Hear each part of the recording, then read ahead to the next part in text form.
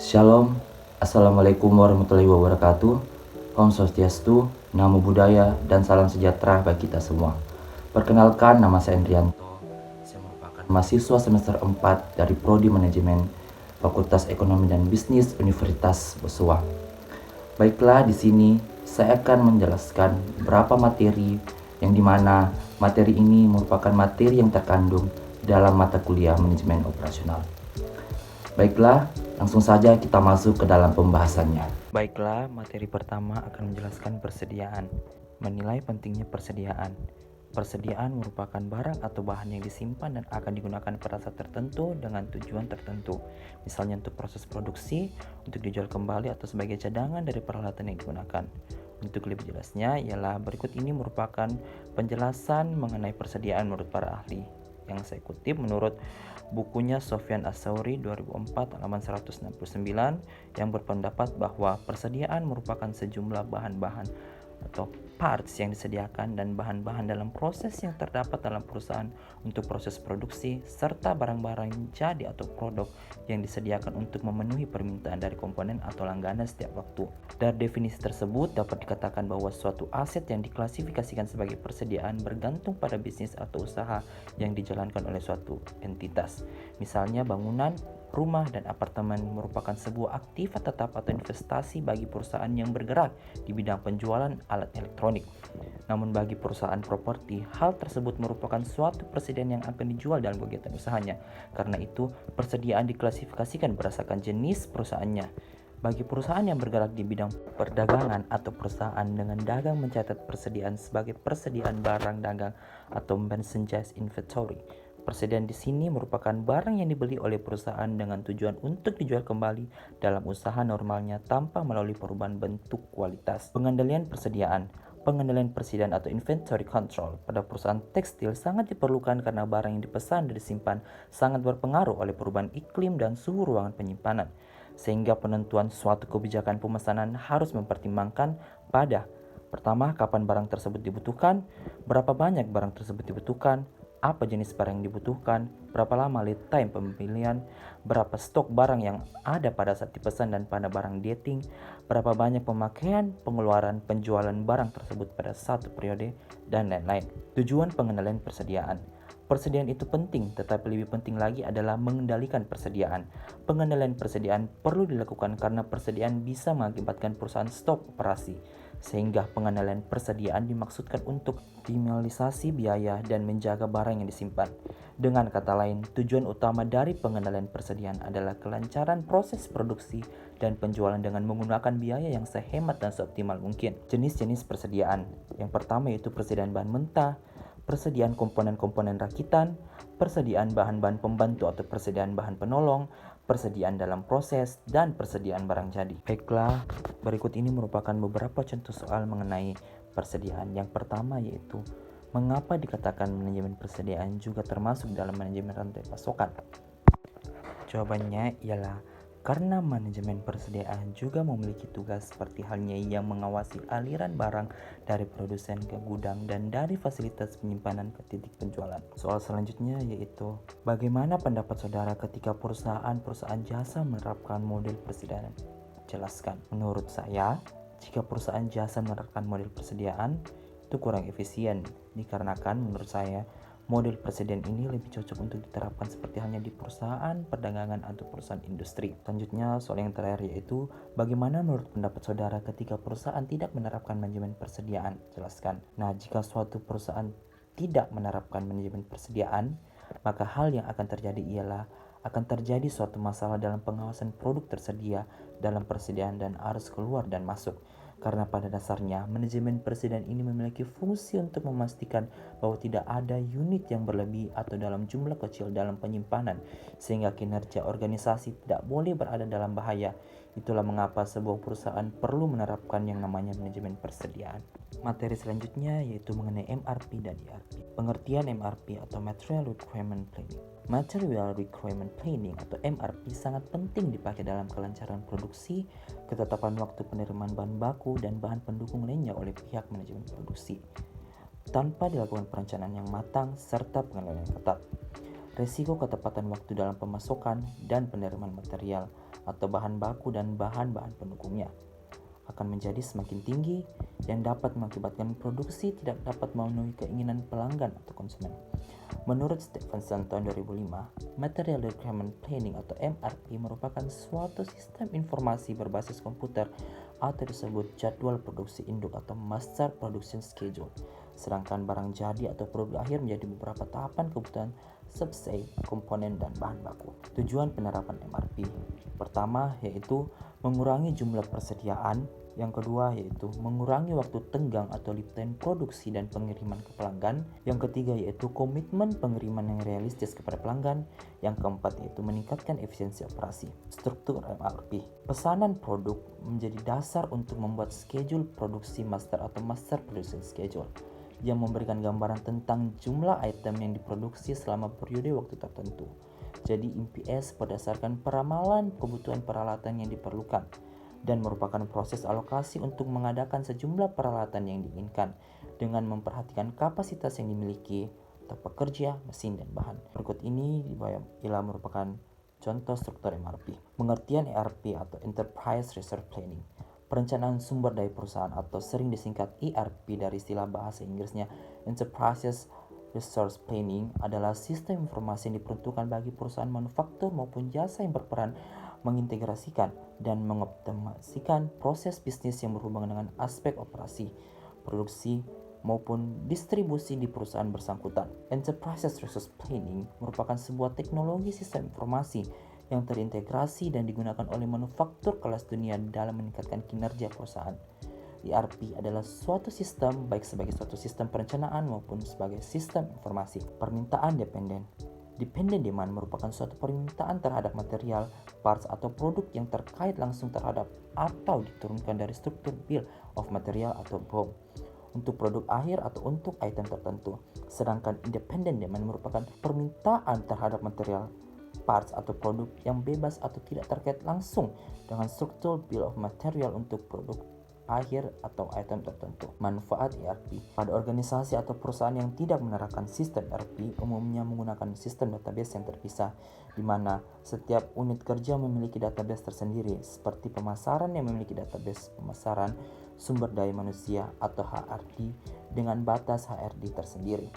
Purchasing memiliki database pembeliannya tersendiri, dan bagian finance atau keuangan memiliki database keuangan tersendiri. Sistem terpisah demikian memiliki database yang berbeda dan sering terjadi ketidaksesuaian sehingga sulit untuk pengelolaannya. ERP atau Enterprise Resource Planning ini dikembangkan untuk menggantikan sistem-sistem yang terpisah tersebut menjadi terintegrasi sehingga pengolahannya lebih efektif dan efisien.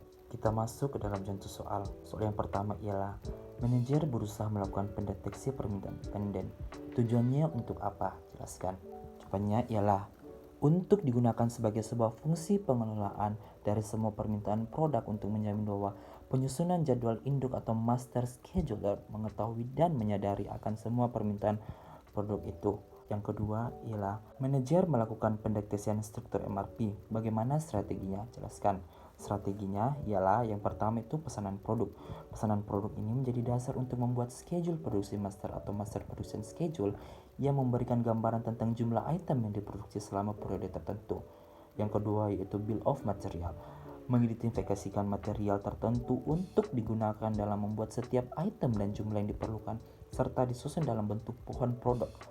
Bill of material ini merupakan sebuah daftar jumlah komponen, campuran bahan, dan bahan baku yang diperlukan untuk memproduksi suatu barang. Yang ketiga yaitu inventory status, berisi data tentang jumlah unit yang tersedia dan sedang dipesan, serta berbagai perusahaan inventory sehubungan dengan adanya kerugian akibat sisa bahan, pesanan yang dibatalkan, dan lain-lain. Soal yang ketiga yaitu manajer melakukan pengujian terhadap manajemen ERP. Jelaskan. Manajer Requirement Plan atau MRP sangat penting dipakai dalam kelancaran produksi, ketepatan waktu penerimaan bahan baku, dan bahan pendukung lainnya oleh pihak manajemen produksi. Tanpa dilakukan perencanaan yang matang serta pengendalian ketat, risiko ketetapan waktu dalam pemasukan dan penerimaan material atau bahan baku dan bahan pendukungnya akan menjadi semakin tinggi yang dapat mengakibatkan produksi tidak dapat memenuhi keinginan pelanggan konsumen. Materi selanjutnya yaitu strategi rantai pasokan. Manajemen rantai pasok saat ini atau supply chain management tidak hanya lagi dianggap sebagai hal baru bagi perusahaan, banyak perusahaan telah menerapkan manajemen rantai pasok dalam bisnisnya untuk menambah efisiensi proses logistik perusahaan. Tujuan dari manajemen rantai pasok yaitu untuk meminimalisasi total biaya rantai pasok dalam pemenuhan kebutuhan tetap maupun tidak tetap, di mana total biaya itu biaya bahan baku dan biaya tambahan, biaya transportasi pengiriman, biaya fasilitas investasi, biaya produksi langsung dan tidak langsung, biaya persediaan, dan lain sebagainya. Definisi dari supply chain management. Istilah supply chain management kemudian dikemukakan pertama kali oleh Oliver dan Weber tahun 1982. Supply chain adalah jaringan fisiknya, yaitu perusahaan-perusahaan yang terlibat dalam memasok bahan baku, memproduksi barang, maupun mengirimkannya ke pemakai akhir. Sedangkan supply chain management adalah metode, alat, atau pendekatan pengelolaannya. Supply chain management adalah salah satu cabang ilmu manajemen produksi yang bermanfaat dan dalam dunia kerja dapat ditemukan dengan sangat mudah dalam implementasinya. Risiko dari supply chain. Menurut Puwanto, tahun 2010, resiko-resiko yang dapat muncul dalam alur rantai pasok supply chain yaitu: pertama, resiko gangguan pasokan; yang kedua, resiko kebutuhan dan rencana pasokan; resiko harga pembelian; resiko persediaan dan barang usang atau obsolete; resiko proses yang tidak efisien; dan resiko keahlian dan kualifikasi sumber daya manusia. Selanjutnya yaitu proses dari supply chain management. Yang pertama yaitu arus material. Pergerakan arus material ini melibatkan produk mentah dari supplier ke konsumen dan bisa jadi dari konsumen yang dikembalikan seperti retur produk, daur ulang, dan lainnya. Yang kedua yaitu arus informasi. Proses arus informasi ini bersih tentang prediksi permintaan dasar, informasi pentransferan produk, dan pengupdatean produk, apakah suatu sudah diterima atau belum. Semakin akurat suatu informasi yang tentu saja dibarengi dengan pemindaian barang secara efektif dan efisien merupakan tolak ukur penting keberhasilan dalam suatu sistem supply chain management. Yang ketiga yaitu arus finansial. Arus finansial terdiri dari proses pembayaran baik kredit atau cash dan jadwal pembayaran hingga persetujuan kepemilikan. Keuntungan penerapan supply chain management. Pertama yaitu mengurangi persediaan barang sehingga bisa mengurangi biaya inventory, biaya penyimpanan, biaya kerusakan, dan kehilangan akibat penyimpanan. Yang kedua yaitu menjamin kelancaran penyediaan barang karena kerjasama yang dilakukan antara pihak perusahaan, jasa konstruksi, dan vendor. Yang ketiga yaitu menjamin mutu material yang disuplai sesuai dengan kondisi yang diinginkan dan harga yang lebih kompetitif. Materi selanjutnya yaitu strategi pemeliharaan dan keandalan. Pemeliharaan atau maintenance dan keandalan atau reliability merupakan sebuah elemen penting dalam mempertahankan kemampuan sistem dalam suatu badan usaha agar selalu dalam kondisi kelayakan bekerja atau di bawah suatu standar kondisi tertentu. Dengan demikian, guna mencapai stabilitas maintenance dan reliability, maka butuh adanya desain dan ketahanan sistem dalam semua badan usaha agar tercapai kinerja dan standar kualitas. Pemeliharaan atau maintenance. Dalam elemen pemeliharaan, perlu dipastikan keberlangsungan unsur keterlibatan karyawan dan prosedur pemeliharaan. Keterlibatan karyawan ini dapat diukur melalui kompensasi yang diterima karyawan, keahlian yang dimiliki, dan kekuatan sinergi karyawan tersebut. Guna membina dan mencapai tolak ukur tersebut, maka pihak manajemen perlu memastikan bahwa pertukaran informasi dan pelatihan karyawan telah dilaksanakan dengan baik serta tepat sasaran. Di samping pemeliharaan keterlibatan karyawan, perlu juga dipastikan mengenai pemeliharaan mesin-mesin yang dipergunakan, baik dari faktor prosedur, pembersihan, dan pelumasan mesin. Selanjutnya, manajemen juga harus memastikan adanya monitorisasi dan penyesuaian jadwal yang ditentukan. Manfaat dari adanya kegiatan pemeliharaan. Pertama yaitu perbaikan terus-menerus, yang kedua meningkatkan kapasitas, yang ketiga mengurangi persediaan, dan yang keempat biaya operasi lebih rendah. Keandalan atau reliability. Keandalan adalah suatu proses penerapan perancangan pada komponen sehingga komponen dapat melaksanakan fungsinya dengan baik tanpa kegagalan sesuai rancangan atau proses yang dibuat. Keandalan merupakan probabilitas bahwa suatu sistem mempunyai performasi sesuai dengan fungsi yang diharapkan dalam selang waktu dan kondisi operasi tertentu. Secara umum, keandalan merupakan ukuran kemampuan suatu komponen beroperasi secara terus-menerus tanpa adanya kerusakan. Tindakan perawatan pencegahan yang dilakukan dapat meningkatkan keandalan sistem. Faktor-faktor yang memengaruhi keandalan. Yang pertama yaitu ability, yang kedua performance, yang ketiga personality, yang keempat credibility, dan yang terakhir yaitu maturity. Manfaat keandalan. Yang pertama, mengetahui kelemahan atau kekurangan dari masing-masing unsur dalam penyelenggaraan pelayanan publik. Yang kedua, mengetahui kinerja penyelenggaraan pelayanan yang telah dilaksanakan oleh unit pelayanan publik secara periodik. Yang ketiga, sebagai bahan penetapan kebijakan yang perlu diambil dan upaya yang perlu dilakukan. Yang keempat, mengetahui indeks kepuasan masyarakat secara menyeluruh terhadap hasil pelaksanaan pelayanan publik pada lingkup pemerintah pusat dan daerah. Yang kelima, memacu persaingan positif antar unit penyelenggara pelayanan pada lingkup pemerintah pusat dan daerah dalam upaya peningkatan kinerja pelayanan. Dan yang terakhir yaitu bagi masyarakat dapat diketahui gambaran tentang kinerja unit pelayanan. Materi selanjutnya yaitu penjadwalan pekerjaan. Penjadwalan atau scheduling atau membuat jadwal adalah salah satu kegiatan yang penting dalam proses produksi ataupun pekerjaan suatu proyek. Penjadwalan digunakan sebagai dasar untuk mengalokasikan sumber daya pabrik seperti mesin dan peralatan produksi, merencanakan sumber daya manusia yang akan digunakan, pembelian material, dan merencanakan proses produksi. Penjadwalan yang baik akan memberikan dampak yang positif terhadap kelancaran produksi serta meminimalkan waktu dan biaya produksi. Jadi penjadwalan produksi atau production scheduling ini dapat didefinisikan sebagai proses mengatur, mengendalikan, dan mengoptimalkan kerja dan beban kerja dalam proses produksi atau proses manufaktur. Teknik dalam penjadwalan produksi. Yang pertama yaitu penjadwalan maju. Penjadwalan maju adalah teknik penjadwalan produksi yang menentukan waktu mulai produksi terlebih dahulu dan kemudian menghitung jadwal waktu ke depan untuk setiap kegiatan operasi atau produksi agar dapat menentukan waktu penyelesaian keseluruhan proses produksi. Yang kedua yaitu penjadwalan mundur. Penjadwalan mundur adalah teknik penjadwalan produksi yang menentukan waktu kapan suatu produk dibutuhkan atau waktu kapan suatu proyek harus diselesaikan. Dari waktu penyelesaian atau waktu kebutuhan tersebut, kemudian dihitung mundur waktu yang tepat kapan suatu proyek atau proses produksi harus dimulai. Pentingnya penjadwalan jangka pendek.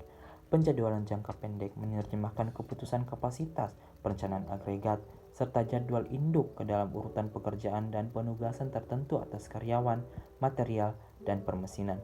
Isu penjadwalan barang dan jasa dalam 797 jangka pendek yaitu memenuhi permintaan karyawan dan peralatan tertentu dalam basis harian atau jam. Tujuan penjadwalan adalah mengalokasikan dan memprioritaskan permintaan yang dihasilkan oleh perkiraan atau pesanan pelanggan pada fasilitas yang ada. Dua faktor penting dalam melakukan alokasi atau prioritas ini adalah yang pertama yaitu jenis penjadwalan maju atau mundur dan yang kedua yaitu kriteria prioritas.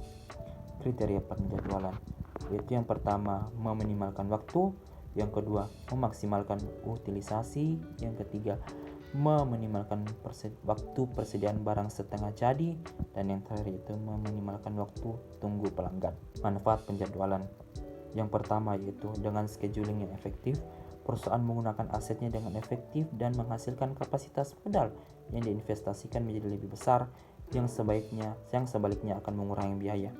Scheduling menambah kapasitas dan fleksibilitas yang terkait memberikan waktu pengiriman yang lebih cepat dan dengan demikian pelayanan kepada pelanggan menjadi lebih baik. Keuntungan yang ketiga dari bagusnya penjualan adalah keunggulan kompetitif dengan pengiriman yang bisa diandalkan. Kita masuk ke dalam contoh soal. Soal yang pertama yaitu jelaskan tentang mengukur pentingnya penentuan jadwal jangka pendek jika ditinjau dari berbagai aspek. Jawabannya ialah pentingnya penentuan jangka pendek berarti pergerakan barang dan jasa pada sebuah fasilitas menjadi lebih cepat. Ini juga berarti perusahaan menggunakan aset secara lebih efektif sehingga menciptakan kapasitas yang lebih besar untuk setiap dolar yang ditanamkan yang selanjutnya menghasilkan biaya yang lebih rendah. Yang kedua ialah bagaimana teknik memilih pemuatan kerja. Teknik yang digunakan dalam memilih pemuatan kerja ialah dengan menggunakan standar operasional prosedur atau SOP. Ialah sistem yang disusun untuk memudahkan, merapikan, dan menertibkan pekerjaan tersebut yang dimana SOP hadir dalam bentuk dokumen yang berkaitan dengan prosedur yang dilakukan secara kronologis untuk membantu menyelesaikan pekerjaan untuk memperoleh hasil kerja efektif dari pekerja dengan biaya serendah-rendahnya. Soal selanjutnya yaitu bagaimana teknik membuat penentuan jadwal industri. Yang pertama yaitu penjadwalan ke depan, yang berarti menjadwalkan ke depan dari suatu titik dalam waktu. Penjadwalan ke depan digunakan jika masalahnya adalah berapa lama waktu yang digunakan untuk menyelesaikan pekerjaan ini. Yang kedua yaitu penjadwalan ke belakang, berarti penjadwalan ke belakang dari tanggal jatuh tempo. Penjadwalan ke belakang akan digunakan jika masalahnya adalah kapan waktu terakhir pekerjaan dapat dimulai dan masih akan dapat terselesaikan pada tanggal jatuh tempo. Materi yang terakhir yaitu mengenai perencanaan sumber daya manusia. Perencanaan SDM merupakan proses perencanaan sistematis untuk memaksimalkan sumber daya manusia sebagai aset utama perusahaan. Tujuan dari perencanaan SDM ini adalah untuk memastikan kesesuaian antara tenaga kerja dan pekerjaan, baik dari segi jumlah maupun kualitas yang dibutuhkan. Proses ini didasari oleh supply dan demand dalam konteks SDM perusahaan. Manfaat dari perencanaan SDM. Yang pertama yaitu membantu HR mengantisipasi kebutuhan tenaga kerja dengan berbagai kualifikasi di kemudian hari. Yang kedua, HR bisa bekerja secara proaktif dalam menemukan kandidat yang sesuai. Yang ketiga yaitu sesuai dengan tujuan masing-masing perusahaan. Perencanaan SDM memungkinkan HR untuk mengidentifikasi, memilih, dan mengembangkan kompetensi atau tenaga kerja yang dibutuhkan oleh perusahaan. Faktor yang perlu dipertimbangkan dalam perencanaan SDM. Yang pertama yaitu pertumbuhan. Beda perusahaan, beda juga tingkat pertumbuhannya. Dalam melakukan perencanaan SDM, penting juga bagi para HR untuk mempertimbangkan faktor pertumbuhan finansial dan kebutuhan perusahaan. Perubahan atau change. Perubahan bisa terjadi kapanpun. Ketika perusahaan sedang mengalami perubahan, usahakan agar HR memiliki fleksibilitas agar bisa memenuhi kebutuhan perusahaan dengan lebih baik. Yang ketiga, teknologi. Di era yang didominasi oleh teknologi ini, penting bagi HR untuk memahami pentingnya fungsi dan peran teknologi dalam operasional perusahaan. Jika diperlukan, HR juga bisa merencanakan pelatihan untuk karyawan, mempelajari fitur ataupun perangkat yang digunakan dalam perusahaan. Perencanaan SDM yang dilakukan dengan baik akan bisa membantu HR memenuhi kebutuhan tenaga kerja perusahaan, baik itu dari aspek skill, kemampuan, kualifikasi, serta jumlah yang memadai. Tahapan perencanaan SDM. Pertama yaitu menganalisis tujuan organisasi, melakukan inventaris sumber daya manusia saat ini, perkiraan permintaan dan pasokan sumber daya manusia, memperkirakan kesenjangan sumber daya manusia, merumuskan rencana tindakan sumber daya manusia, dan pemantauan, pengendalian, dan umpan balik. Baiklah, itulah tadi beberapa materi yang terkandung di dalam mata kuliah manajemen operasional. Saya berharap kiranya dari materi tadi yang telah saya jelaskan dapat menambah wawasan bagi teman-teman. Akhir kata saya ingin mengucapkan terima kasih.